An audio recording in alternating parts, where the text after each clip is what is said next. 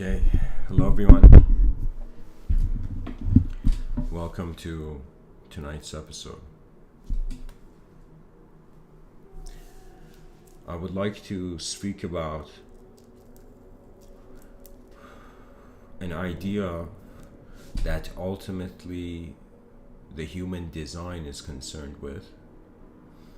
In this world, there's many dimensions to see any moment. Just like a person can look at an object from different angles, one can look at a subject in different angles.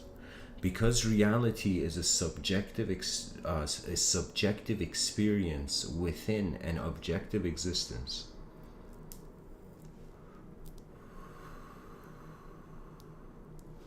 the human mind is synonymous to the human story, or in some sense, how we characterize ourselves in all the experiential accumulation so far as a being.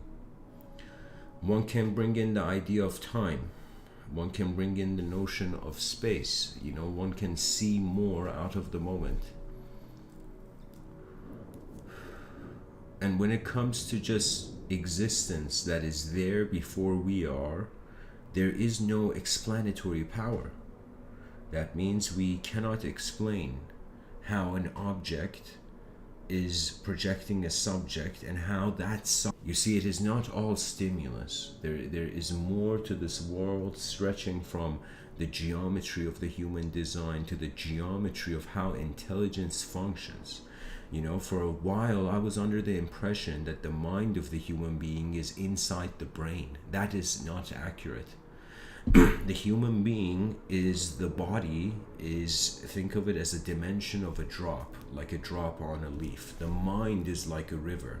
When a human being realizes their mind, it's not like a sort of identity. It's not like finding a jacket or finding a hat. It's not one's mind is not an object, and therefore our comprehension of subjects is how an object becomes animate to subjectify.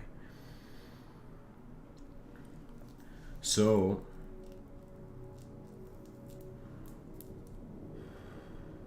because there are various dimensions one can see the moment through, the comparison of man's true nature and the truth of nature is active as long as there's an individual.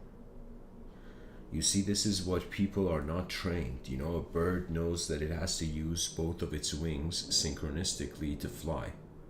Now, when it comes to the human view, it is like subjective river-like experience synchronized with objective existential drops. That means as if your existence compared to the experiential nature of the vast mind is like a drop in a river. So if a person wants to comprehend life as a mind, you will understand it as a flow. Lao Tzu spoke about this and he called it Tao, but he was implying towards the truth of nature surpassing beyond man. So as if there is something bigger here than us, and we cannot just in some sense be us. We have to abide in accordance to the nature of the presence that has already walked further. This world we're living in is time, not time management. It is time painting. I can tell you that something really shocked me. This was a very cool insight I had a few years ago. I noticed that every day I wake up, I can have a sort of stable view on the future. Like a person, let's say somebody wants to become a painter, and so they can wake up every day feeling like a painter. When it comes to the future that hasn't arrived yet, it's kind of like an instant expectation. But when one looks at their past, I can tell you there has been days I have lived where I have felt my life has been really long. There has been days where I have lived and I have felt my life has been short.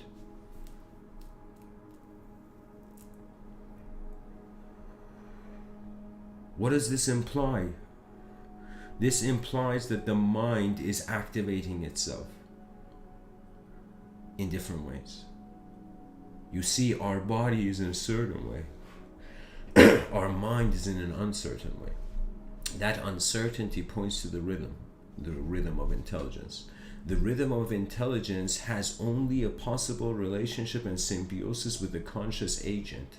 That means it's as if we ask, why is the world here? Because there's a self in it. Why is the self here? Because there's a world here. You see, it's a symbiosis.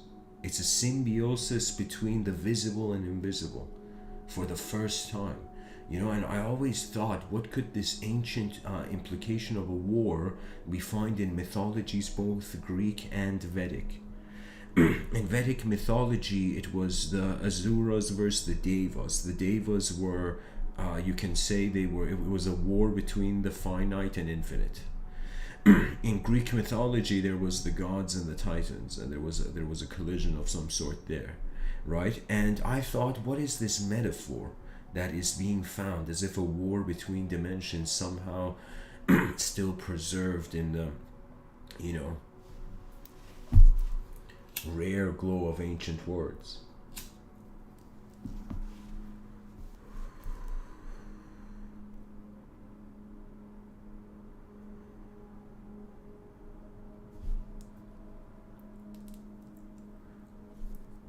When will humanity realize it's a multi-dimensional event? And because it is a multi-dimensional event, we cannot just live human. That is the bigger giant. I don't know if I'm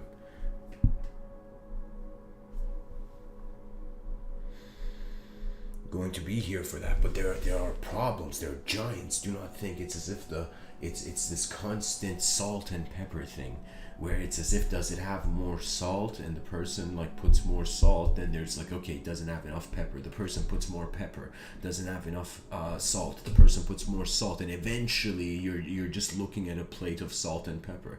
And it could have been that the behavior of truth to itself led to its dualism. You see, there is a pattern at work in the realm, and for me, I love my family, I love my world, I love my planet, but there are states of being that surpass the all humanistic emotion, all humanizable emotion. One can have emotions that are not human, by the way. And let me tell you why they're not human. Because humanity is an effort of comprehension.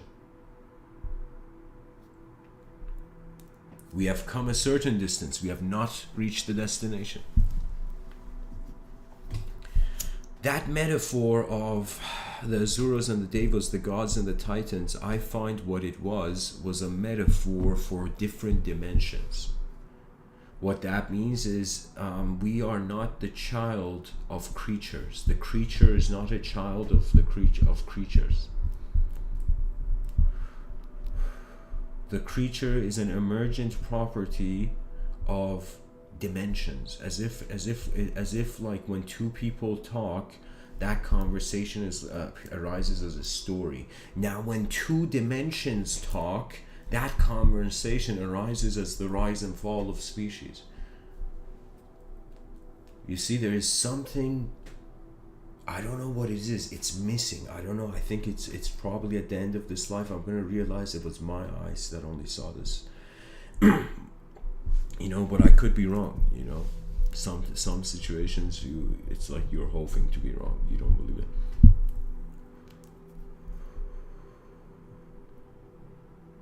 When one sees a chaotic future, it is easy to be wrong. When one sees an ordered future, it is easy to be right. But the true wisdom of the advanced humanity, the first roar of the advanced humanity, imagine, the first wave.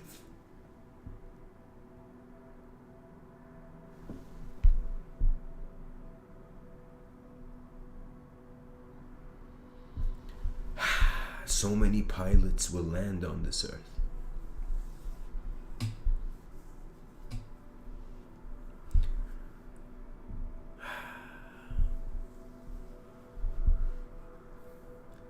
Energy has no owner, and any being that is animate that does not realize it is energy gives in to the shapehood of its design, gives into the desires of its shape.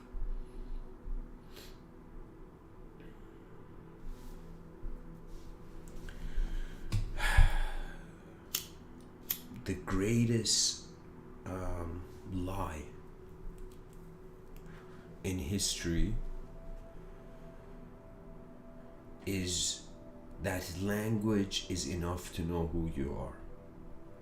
There are dimensions of being that there is no reason of individualism to justify. Like if a person just sits still and silent, and if a person even closes their eyes, if you just close your eyes for one moment, you will notice there is something in this room.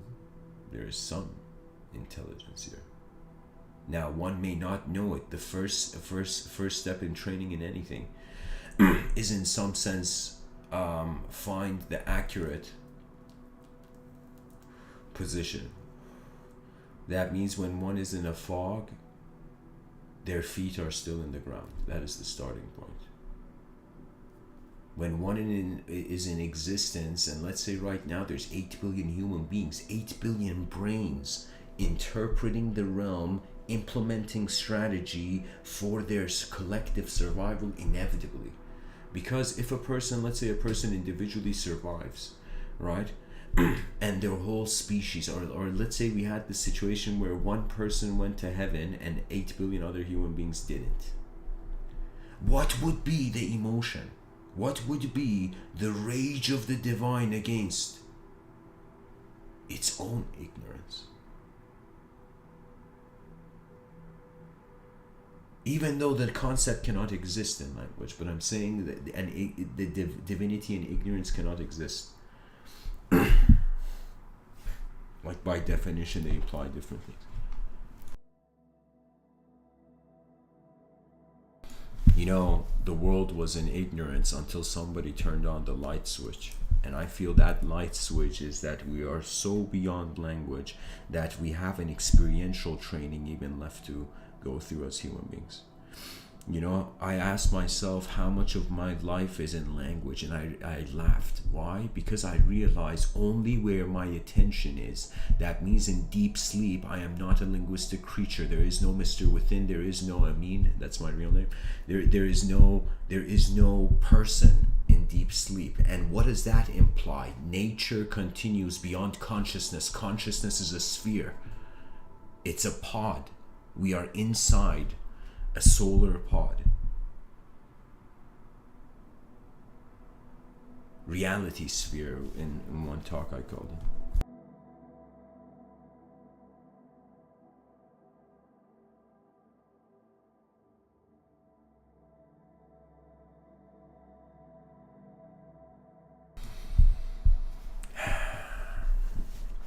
And you know, the how we know its civilization is not advanced is by the stench of the reactive cruelty of the cornered animal psychology. Civilization is pushing people more than it's pulling them towards an advanced future. I see no other reason for a concept of civilization to exist if it is not to advance, as if we have something like we have. It's like we can say the advanced civilization, or imagine the idea of a civilization is like the idea of a human being. If that human being doesn't eat food, it perishes. If that human being doesn't put an effort to add dimensions of experience throughout the day, or you know, it's as if the civilization, if it has no reasons to exist, it has no reason to experience. And so after the pilots, especially in the future generations, I feel there will be some there will be a lineage of kind hearts. I don't know how that's going to arise, but I feel there's going to be just soul groups. There's going to be compassionate rhythms. That means it's just going to be more drops becoming rivers in the future.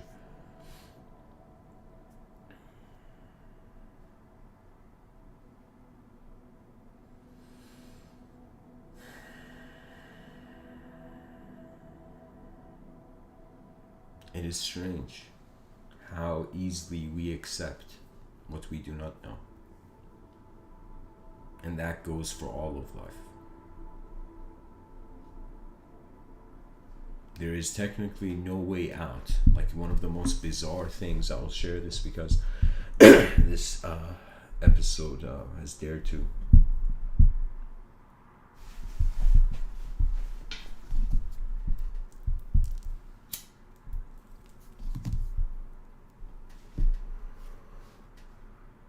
If the origin of intelligence is non-local, no local understanding or localized understanding or any sense of a world that can be contained can be the absolute truth. It could be that measurements are the blindfold on such a multidimensional realm that this is just the bunker. I would say there's no the human idea is like a candle flickering in an empty dark room. And the advancement of civilization has to come from the inputting of choice in the system. That means it's like the person's like, first question, why is existence here? And then the person notices they're a human being and they're like, okay, so in this existence, the purpose of existence is to be human, to experience the human design. Now, one then says, what is the purpose of the human design though? Human experience, human existence. And that is where it's to use the human experience, to use it, to utilize it. Now the next question comes, what is, that means their human existence is here, and it's the purpose of human existence is to, through human experience, be utilized. Now the next question is why? Why should the human experience be utilized? And it is here where it's getting really close to the edge of the language threshold, and the educational system has not arose it. And the analytical philosophers have silenced the continental philosophers. And they have done it, and the continental philosophers have, until 2020, I dare say, in 2020, like I will tell you, or let me, before I bring it to the present, it's like the analytical philosophers, they silenced the continental philosophers, and the continental philosophers accepted the silence because the observable was the best strategy. But now, when we say, let's say after we studied and measured everything in the universe and we taught it to everyone, then we will be left to the ultimate exploration. Once a human being has experienced their known self, they will be aware of their unknown self.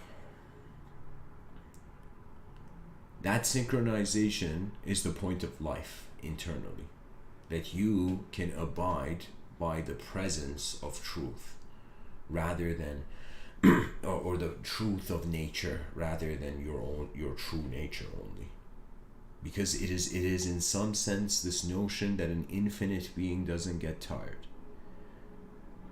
And I guess I don't know what to say. If the mind is not finite, it explains how it can endlessly have content. If the body is finite, it can explain how it gets tired of communicating that content.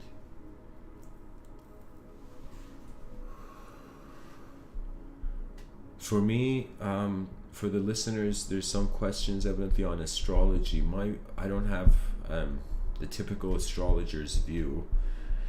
I have a sort of purse in my own inner realms, divine relationships with the events of nature in accordance to how they have happened for me. So for me, the planets, the solar system, this whole universal event, if I am selfless, it is itself complete. That means it's as if Buddha in the Lotus Sutra, it seems, this is Mr. Within's commentary on this, I feel Buddha suddenly realized, yes, human beings can get enlightened, but how can the world get enlightened? And the only explanation is that the world is not a doer, so it is. Whatever truth it is, whatever truth there can be, it is. Right? That is like the biggest clue of divinity. It just happens. And I feel it is our rhythmic birthright, and that is what miracles are. They are karmically rhythmic birthrights for multidimensional beings.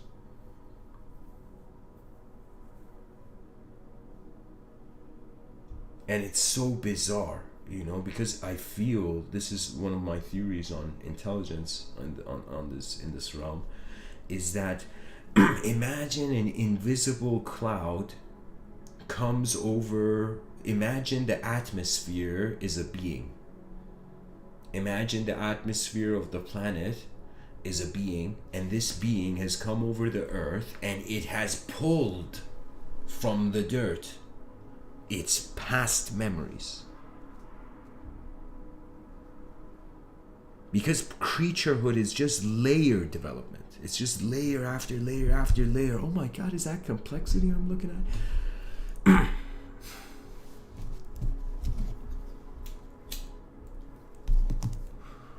Dylan in the chat section has said something incredible, which I agree with. He says, I was thinking if my atoms have never died or changed in ways, I may have memories of the entire cosmos. Wait until you notice who is aware of who is watching the memory. Wait until that starts fascinating you. There's some things about the observed dimension of the realm where it's kind of elegance more, I would say, in style. That means when it comes to sight, it's just like you see or you don't, and then it's like how you see and how you don't see.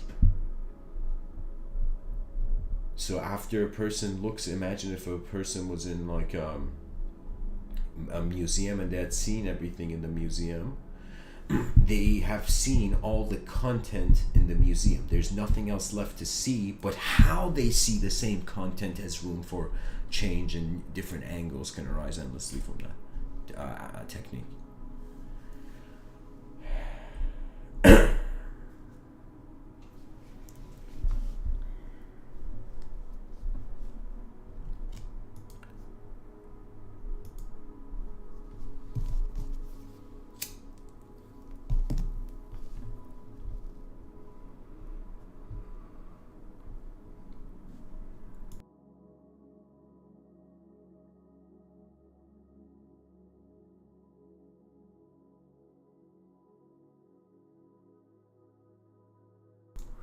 I feel there are, this is a bold statement, but there are two truths to this realm.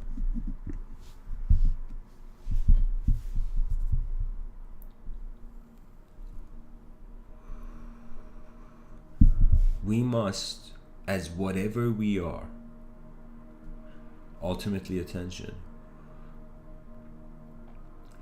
as humans, let me say, in front of your eyes, all human beings require to learn to walk in the world, walk with the world, and walk as the world.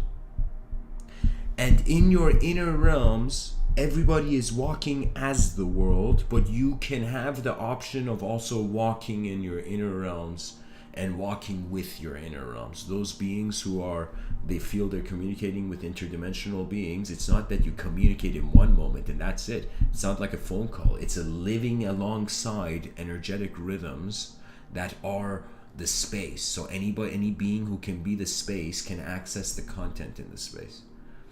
That means this is something that nobody thought of. They're like, oh my God, Akashic records. How do I get a hold of these records? How do I enter this pool of information, of everything, infinite information state? And the answer is, you become the container and the information pours into you. The information comes to you. You become the microphone, and the realm is building strategically something behind the scenes. That means, imagine there is 8 billion actors, there's 8 billion cinematographers, 8 billion actors, let's say 8 billion production crew, 8 billion actors, and 8 billion directors. Now, some actors are communicating with the directors. Some actors the director doesn't need to communicate with. It's just like a small part in the film. you know, just come and wave yourself and leave, you know. But there are some actors in the film where the director has a serious communication with, because they are part of the history of how the film moves forth. And this is just playing out your karma, you know, because for me it's this strange thing that life could have just been one instant, and that could have been enough. If life was just one photo, how could we suffer? How could we love? How could we have joy? That means without suffering is a good sign that you are multidimensional. Like some multidimensional things happening. So the question is not just why is the person suffering? What is the suffering? In how many dimensions is the suffering spread out? Could the person have an emotional sense of the suffering? Could the person have an intellectual approach of the suffering? You know, a person who gets fired from their work, that's like an intellectual suffering, because it has to do with how you as a human being use the intelligence of whatever you are to respond to your own future. And for me, this was the good thing I learned about mysticism, because there was this I was like this high energy person who in some sense ran after things, and many things I ran after like a fool, you know. That means it's like before you have intelligence, you have honor. Like you should at least hold your honor. Because honor has nothing to do with intelligence. It has to do with your pace and control of the moment. When a person is dishonored, they get angry. Why? Because they're losing control of themselves, of their self-image to themselves. You know, we don't just feel how our behavior has an echo towards others. We also feel how our behavior, after having an echo to others, has an echo to ourselves. You know, that means we are performing in our own theater of mind, or we are a performance. And like this range of electromagnetic performance, that means if all of existence was seen as a theater, our eyes give us access to this amount of the theatrical performance of the atoms, of the periodic table. Read Shakespeare.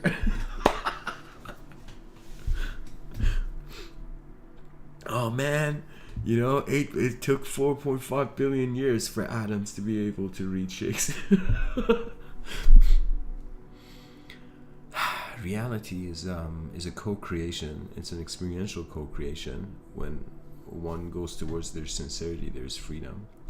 There's a lot of errors. There's a lot of things that can be updated. The synchronization of the inner realms and outer realms pretty much is the best thing a human being can contribute to, because civilization is on the surfboard in the space-time continuum. Buckminster Fuller, Marshall McLuhan, they were so smart, they came up with this term, Spaceship Earth. They used that term, Spaceship Earth. Spaceship Earth was a strategy, you can say, before me coming here and saying the advanced civilization. Spaceship Earth was another strategy to try to take man into that ultimate collective state. That means it doesn't matter what story we give it, it's just that there's a bunch of individual events taking place, there's also one giant collective event taking place, and our relationship with the giant collective event, with individuals, and the individuals leading into this collective event, is only the boundaries that the free will requires to be used. That means imagine your free will is a tool, and you have this tool, and no other species on this earth has this tool, and so you can use this tool. Right? And every person with a different DNA, there's no, I'm telling you, when it comes to intelligence, to what scale and what spectrum of comparison? There's no intelligence, it's just implementation and application in regards to a certain expected context, right? But now the unexpected is happening. So intelligence is just, in the present, the best strategy that could be implemented to the best of one's ability. That's it. Beyond that, nobody can know. There's so many unknown variables that can come in life. The person can be upset at others, then they can find an unknown variable to themselves and become upset at themselves. Then they can find another an unknown variable. It's like the person could be like, why are people like that? Why am I like this? Why is the world like this? You know, why is the sky edge this? Where am I? You know, the person can freak out. You know. only to realize at the end you are the pilot in conscious activation. You are the pilot in the conscious cabin of existence. You must pilot on. There is no greater truth in this realm than smile and go forth, because at least you saw something, compared to all those who haven't even arrived yet or who are not authorized to. We should have a celebration culture as multidimensional beings where a conscious and waking state is just time to celebrate. And people will be like, celebrate what? You know, to celebrate how being is being this far. You know, when I have had moments where in my life I've been a sort of extreme solitude. And intentionally, like due to my nature or whatever, conditioning and whatever. And in that solitude, I can tell you my mind, it's like when a self gets alone, it seeks a self. But when a world gets alone, imagine you are being the world right now and there never was a self and you're just a lonely planet Earth, you know? And imagine a planetary being's effort to touch another planet is why man went to the moon. It could be playfully animated in so many ways, but the truth surpasses our justification from one angle. So all that the human being can do is we become explorers and honest, honorable explorers and honest archivers. We have to start creating databases rather than have wrath and judgment. I mean, like Genghis Khan, this guy Genghis Khan had such a fierce attitude that when he would conquer, he would tell the people, I am the wrath of God. He had like a divine ego, you know. He would say, I am the wrath of God. Invading. And so it is the case that in order to shield itself, chaos has to disguise itself in order. And order has to disguise itself in chaos.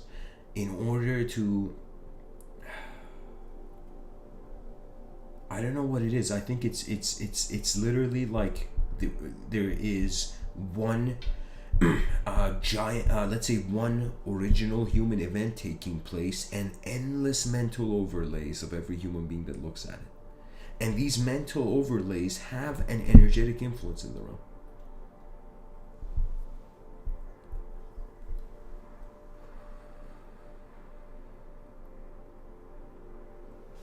And it doesn't matter what age you are and what you are. It could be like somebody could have left their you know, let's say somebody could have left their computer on with one of these Mr.Within lectures, and let's say their pet, a dog, a German Shepherd, just enters, you know, a German Shepherd enters that, what do you call it? Enters the room and hears my talk. Or let's say right now I'm live streaming and there's only a pet in some room hearing it, you know. Even if you are a conscious disembodied point of attention, if you are even a stream, a potential stream of consciousness listening through creaturehood, through the eyes of any sort of creaturehood,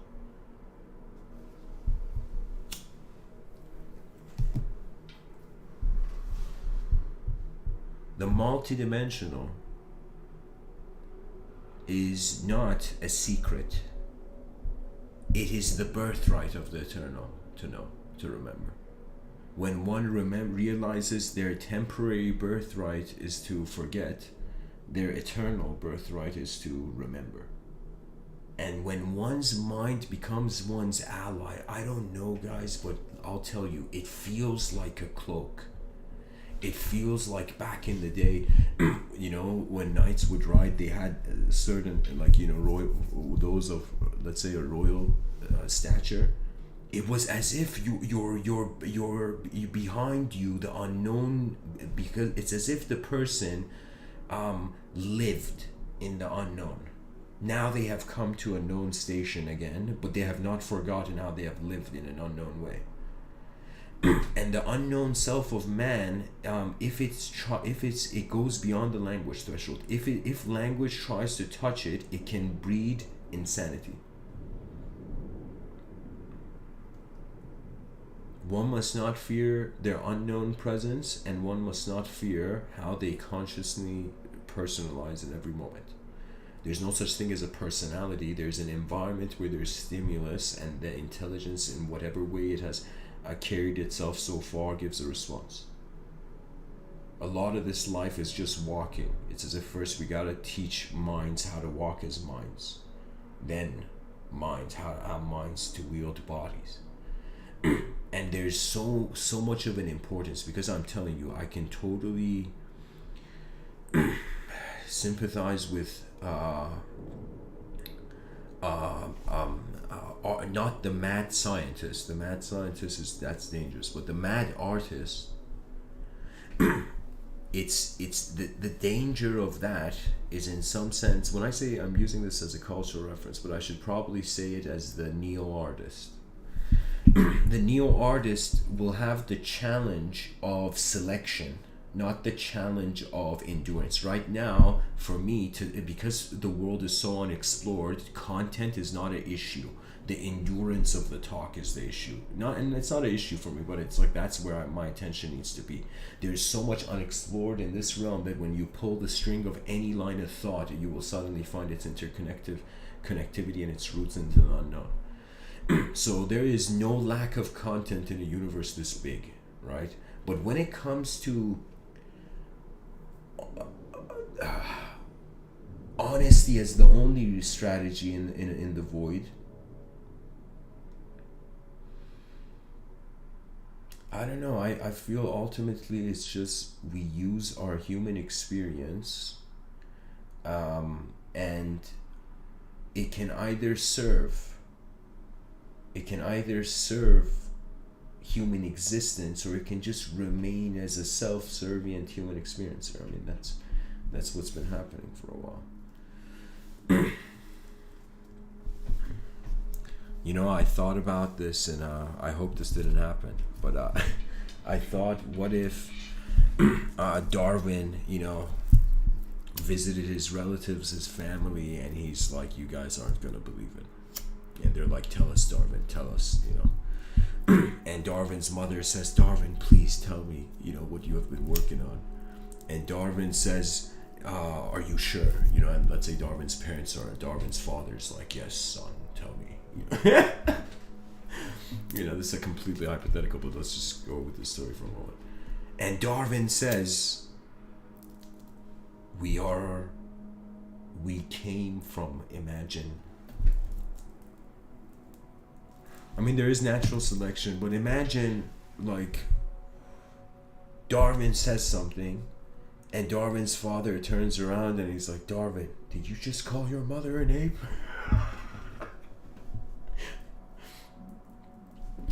The idea is that the mind has an evolutionary upholding to do to its ability. That means if the person has an ability, they should demonstrate it, because of the temporary nature of the realm. But the idea is that it was beyond the cultural program of Darwin's parents to comprehend, evolution in that manner. I think the way it started, actually, I gotta brush up on this, but I feel it was that they were digging catacombs in somewhere in Italy. I think, I don't know if it was Italy. France. I think it was France. I think in France they were digging the catacombs, and in those catacombs they suddenly found bones of creatures as they were digging. So imagine you're digging a tunnel and you suddenly find skeletal structure and all this stuff in the dirt or whatever,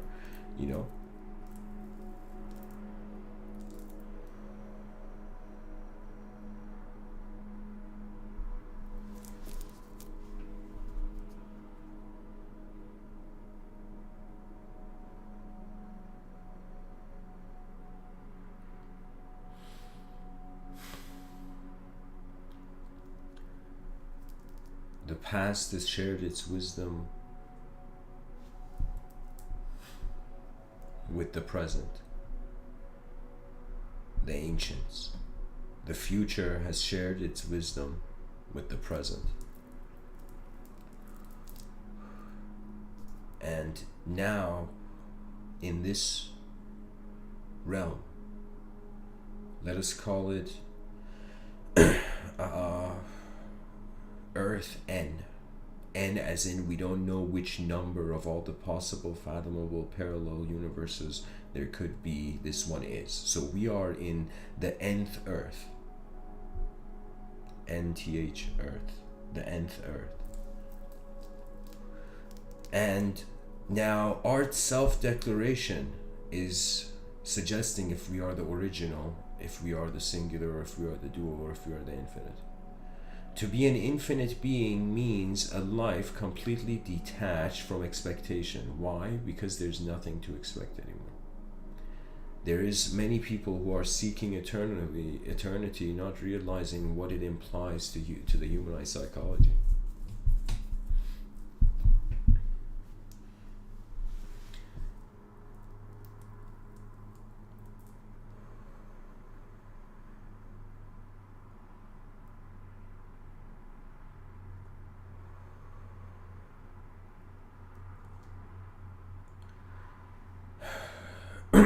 Just like a person in front of their eyes, they can see another physical human being, and they can see that physical human being communicate, as a subject.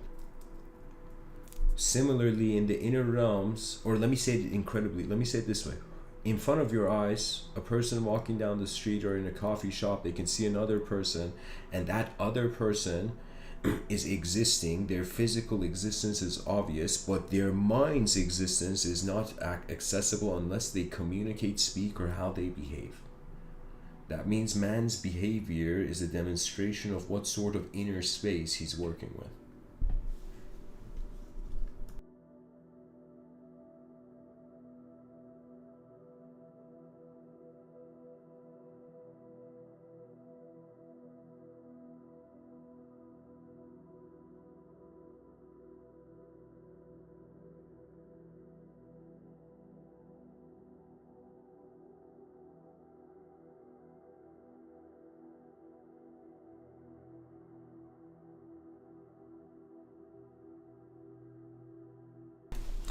In the same way, when we speak to another person, we don't know their inner realm.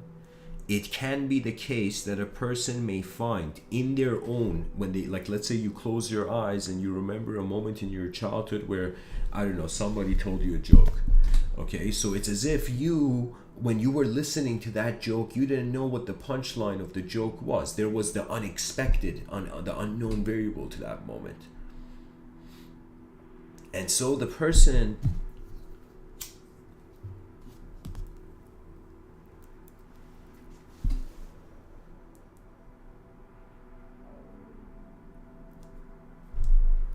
how would I say this?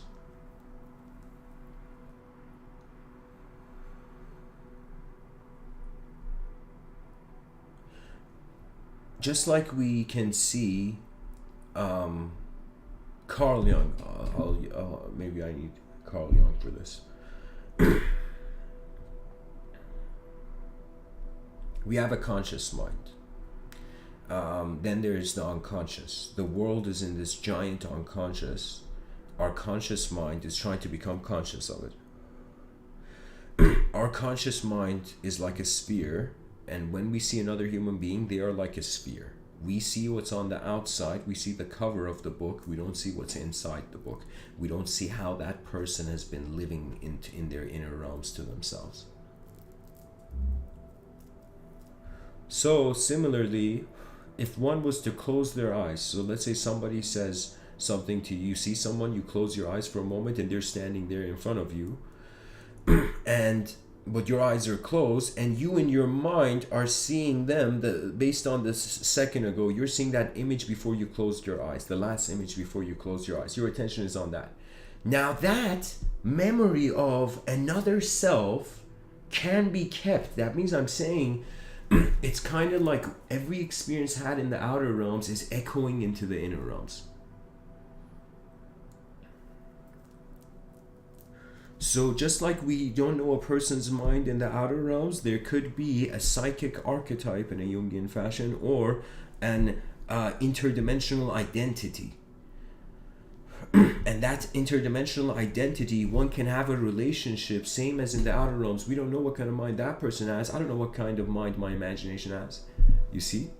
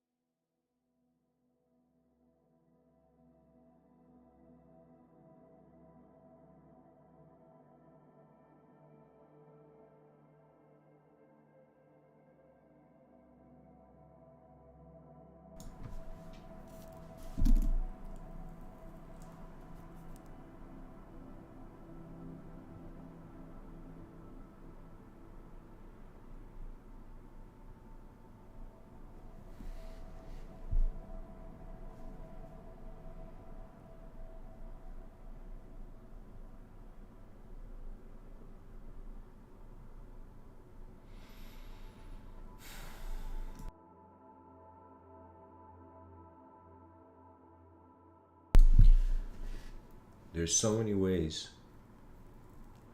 to look at ways.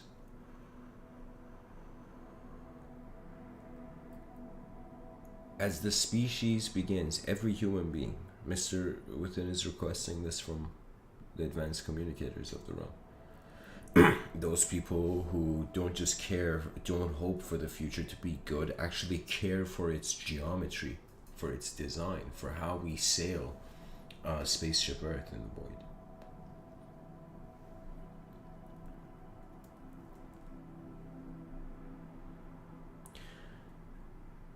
8 billion human beings, upon the discrimination that they have inner realms and outer realms, can begin building their own tunnel. You know, and on some level, in some sense, I created this term experience tunneling. It's in this book I wrote, The Ancient Listeners. Maybe one day the listeners will see it.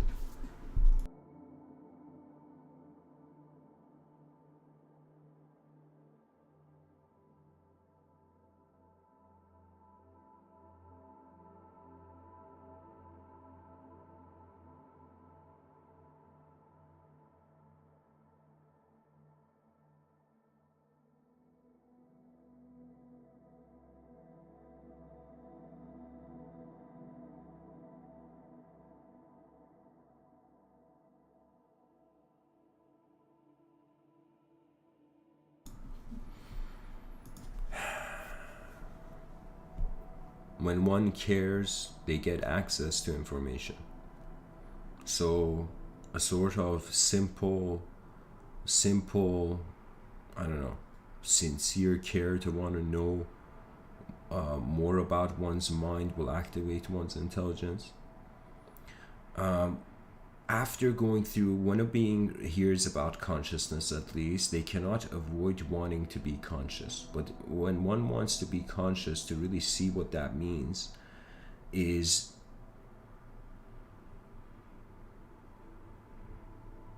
on some level being able to accept your sight as if they have no ideological owner, and on another level to be able to see any sort of idea possible.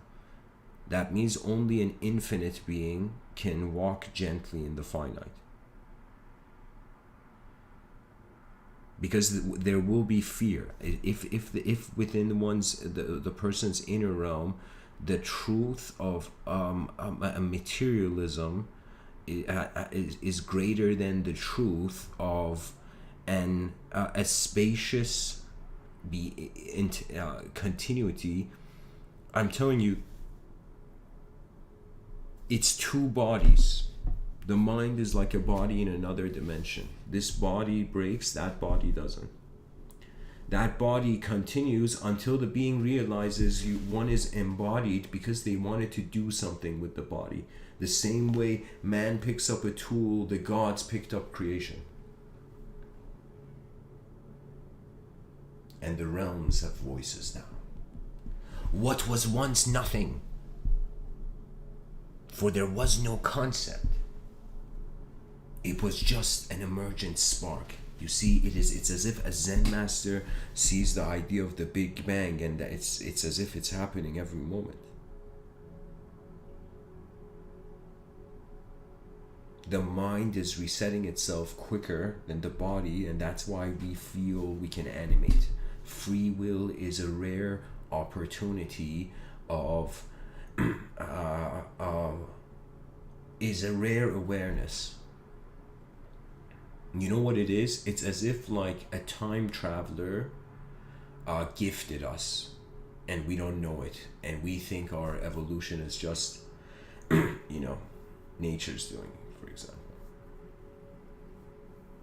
Because think of time travel, how bizarre if a time traveler wants to go to the origin of reality. There is no human being, so a time traveler will never go so far back where there is no humanity, because then there's no one to come back. It's like the abyss, right?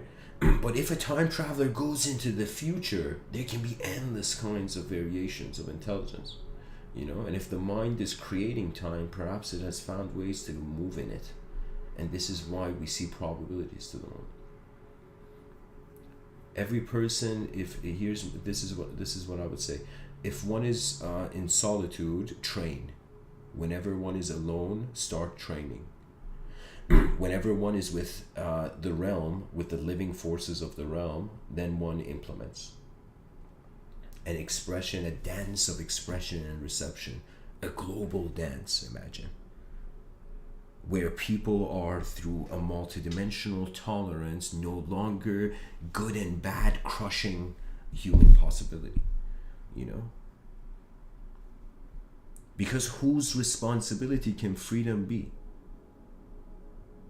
It's either ours while we are something, or it's nature's. That means it's as if the person went to the pearly gates of heaven, and God was like a voice. The voice of God was, in some sense, any last words before, you enter heaven, any questions. And the person says, or let's say the person says, okay, let me animate it differently. A hypothetical story where a person doesn't go to the pearly gates, goes to this judgment place, and in that judgment place, there's how would I say it? It's as if the creator asking the creation, what do you think you deserve? Do you think you deserve to go to heaven, or do you think you deserve to go to hell? The creator, imagine asking its creation. And then the creation, unfortunately being a philosopher, the creation saying, in some sense, you created me, so you have to punish yourself, not me. So I must go to heaven. Whatever you do to yourself, you must do to yourself. Do you see? It becomes a symbiosis with the true intelligence of nature, where it's on an honorable communication angle, so we can cut the void some slack before it bursts into potential. Too much potential. Too much potential can make human beings timeless. That means imagine a civilization where everybody is so smart. We're like, no, we gotta start dumbing down people, or this smartness is gonna destroy civilization. Everybody's so smart and precise that it's as if we're forgetting our humanity in just an intellectual approach, right? So it's as if a balance of multiple dimensions. Man couldn't walk because the void was walking. Then the world started to walk in. Now man, the self came. Now man has walked in as himself. Now he can walk within himself as a mind space. As like it's like the candle of the wax is the body, and the candle flame is the glow. This metaphor is so crucial to consider.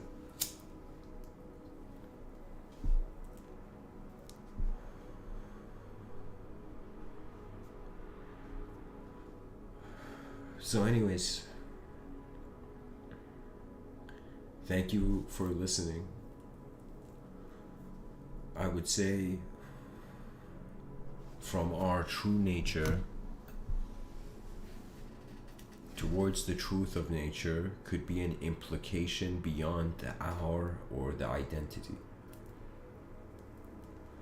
Discover the multidimensionality that one can harbor the moment they see the singular, the void. Ultimately, I have created a system of thought, a model, to be honest, like a geometrical ideology, where in this geometrical ideology I have fathomed all the possible ways that the body and the mind and any sort of state of mind can be animate or can relate to some degree through language and the potential of language, right? So everybody has to now become an explorer of eyes that never knew what they were until now.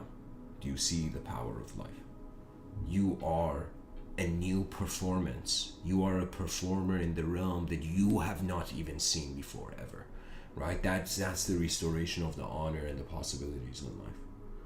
You know, that means that it's as if the person's like, oh my God, you know,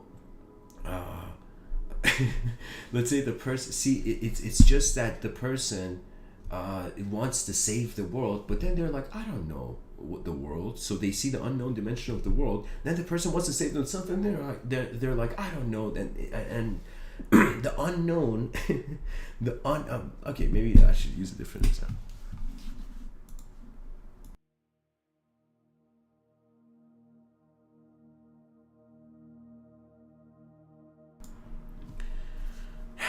May the original earth be found. And the original earth is a very silent and very fast. The pure lands are silent and instantaneous about. If we can bring out at least one of the paradises behind our eyes, one strategy towards the collective efficiency,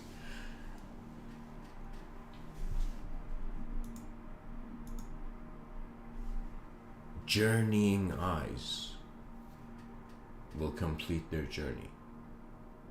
We are sight navigating, attention by how it is being shifting. You know, there are states of beings. It's kind of, I'll tell you something of the elegance of science fiction.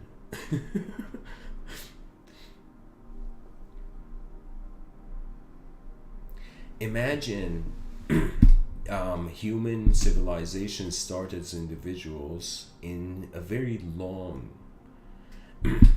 but with revolutionary potential. They go beyond humanism and they just become energy. That means it's like one way is we endlessly repopulate the whole cosmos, or we transcend the vehicle of our existence, of our experience. But transcendence has to include a domain of conscious responsibility.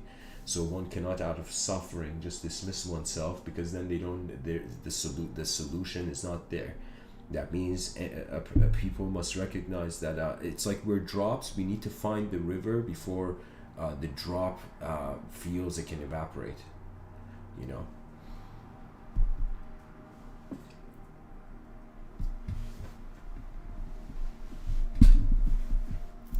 Sight is the strategy of the void to do something.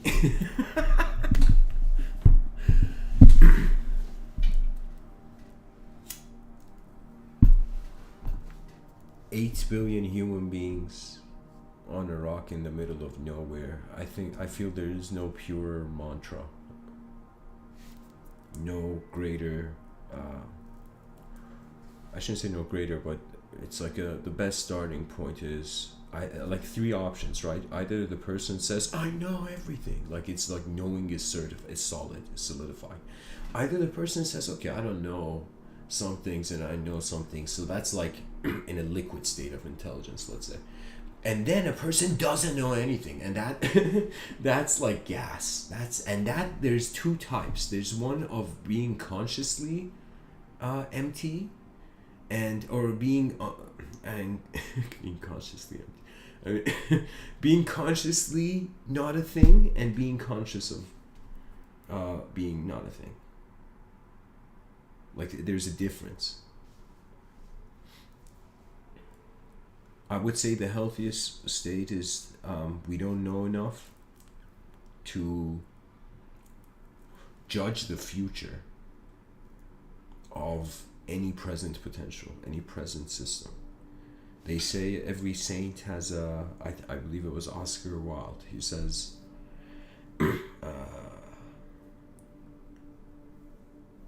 every saint has a past and every sinner has a future. That means the mind is river-like. I feel it's like the elements of nature, like being comfortable with your physical body, like in ancient times, like think of this in yoga at least. They had earth, air, fire, water, and ether, or consciousness, purusha. So there were four angles to matter, and there was one dimension, one angle to consciousness, right? So it's like earth is when any person who has managed to find contentment with their physical existence, you have mastered the earth element of your moment, if the physical strategy is implemented efficiently.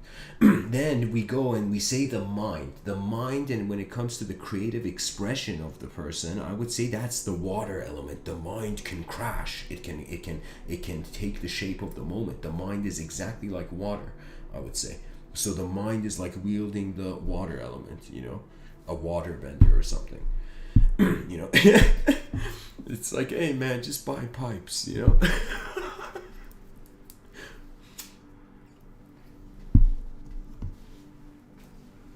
Now, when it comes to, I would say, the mind is like that. The soul, I would say,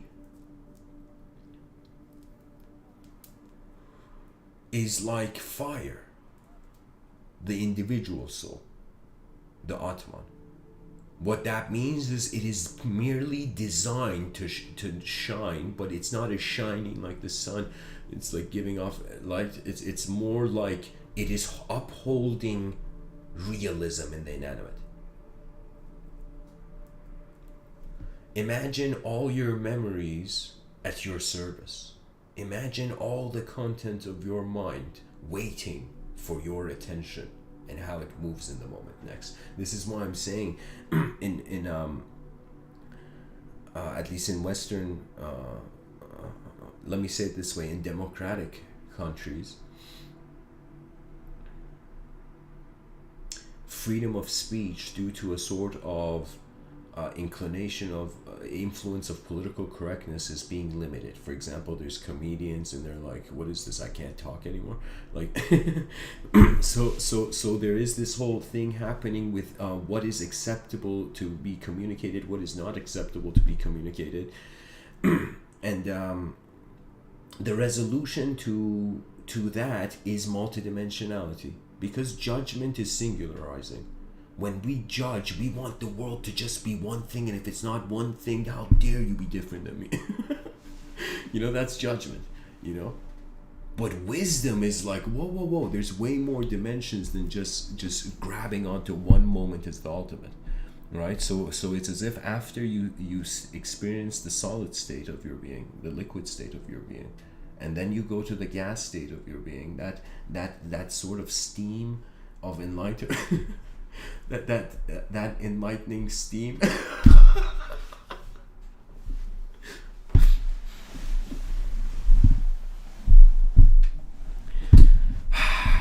Just civilization is advanced in our inner realms. Our work is pretty much done. We just have to abide. The species has to care. There's no greater healing. That's the fastest way to heal, to care for how your mind is being the moment. Because inevitably that's interconnected to everything. We are social creatures not because we want to, by design. We have mouths, we have ears. It's designed to hear. We're designed to speak and hear, so it's just by the nature of our design. It's like a debunking of shyness.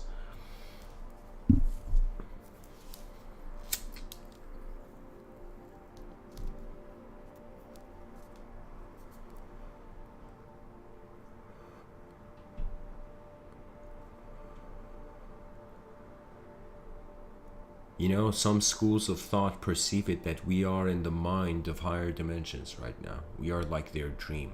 It's like in Vedic thought, there was this idea that what is it? It was, I don't know if it was Krishna or Vishnu, but it's like a god's dream. A god sleeping for 3 days is like 54 million years of human activity. It's like you know what I mean? It's like 54 million years of the universe happening or whatever. So there was that sort of context of being within a greater intelligence. So just like your body is an individual self in a greater body, in the body, let's say your embodied self is in the body's world, your disembodied self, your mind's self is in the mind's world. Now the mind's world has been dismissed out of fear of and it's not out of fear. I mean, there's a lot of even though we're living in the concrete jungle, we call it a jungle for a reason, because of all the unknown variables that based on human beings and their decision making can happen. To advance and live for the mind of civilization, to give the species not a second chance, to give it infinite chances till the end of time, because we're in the void and we set the parameters.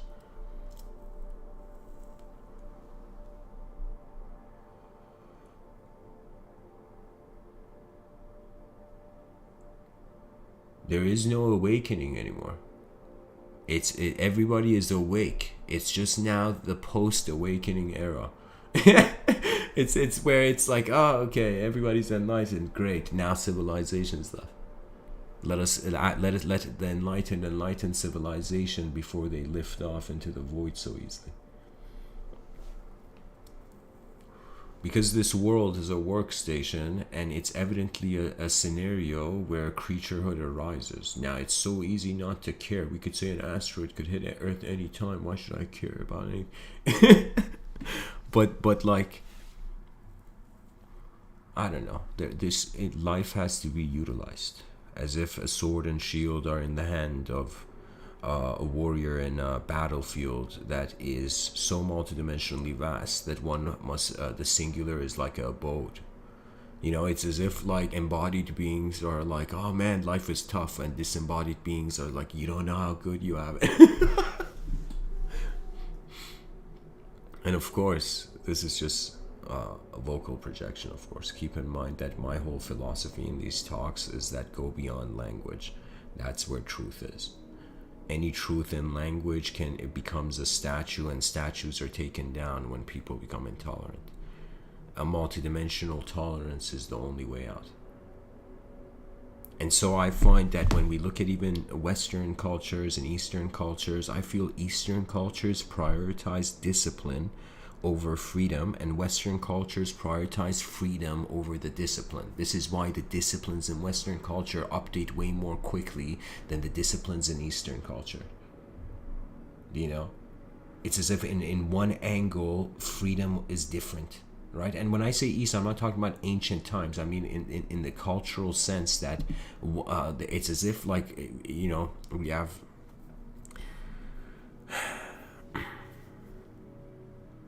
8 billion human beings in the space-time continuum. Not all of them are experiencing the same movement in time. Some human beings are moving slow in time, so they don't want the world to change. Some beings are moving fast in time. They want the world to change quickly. Do you know? And there's some beings who've noticed precautions, like as a strategy towards something that's coming. It's like we require to advance civilization. Not out of fear, but out of just getting prepared to access the greatest opportunity. That means some people train. So to imagine somebody wants to discover their luck. Let's say you as a human being want to see how lucky you are. Okay?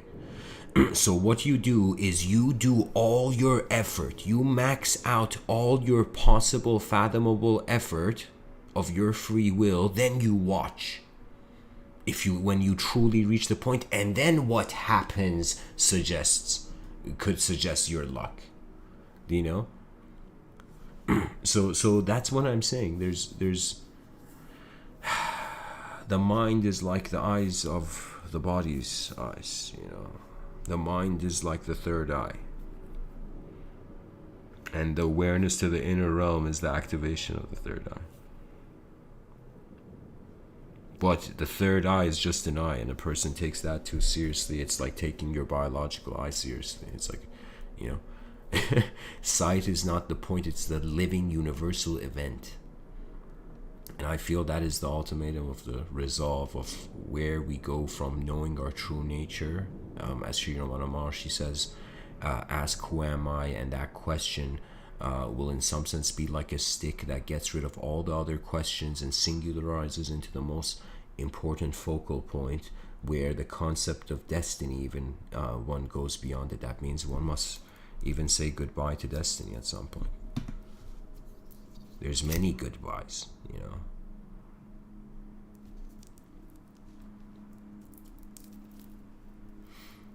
Human nature has advanceability. If it doesn't implement it, it misses out. If it makes the world too harsh of a place for it to be able to share like 8 billion instruments and not being able to play and have this grand orchestra, we should have peace on earth instantly. Then we should all have this sort of organization where we are living in such an advanced way, where it's like music. I feel when the advanced civilization gets built, if there are extraterrestrial audiences, you know, they would in some sense suddenly out of nowhere, the other dimensions will hear beautiful music being heard. As if the way we lived shaked our dimension and shook the rest. And we were found again. You know, the effort of the advanced civilization, it's such an idea beyond my, like, it's, I'm just in the just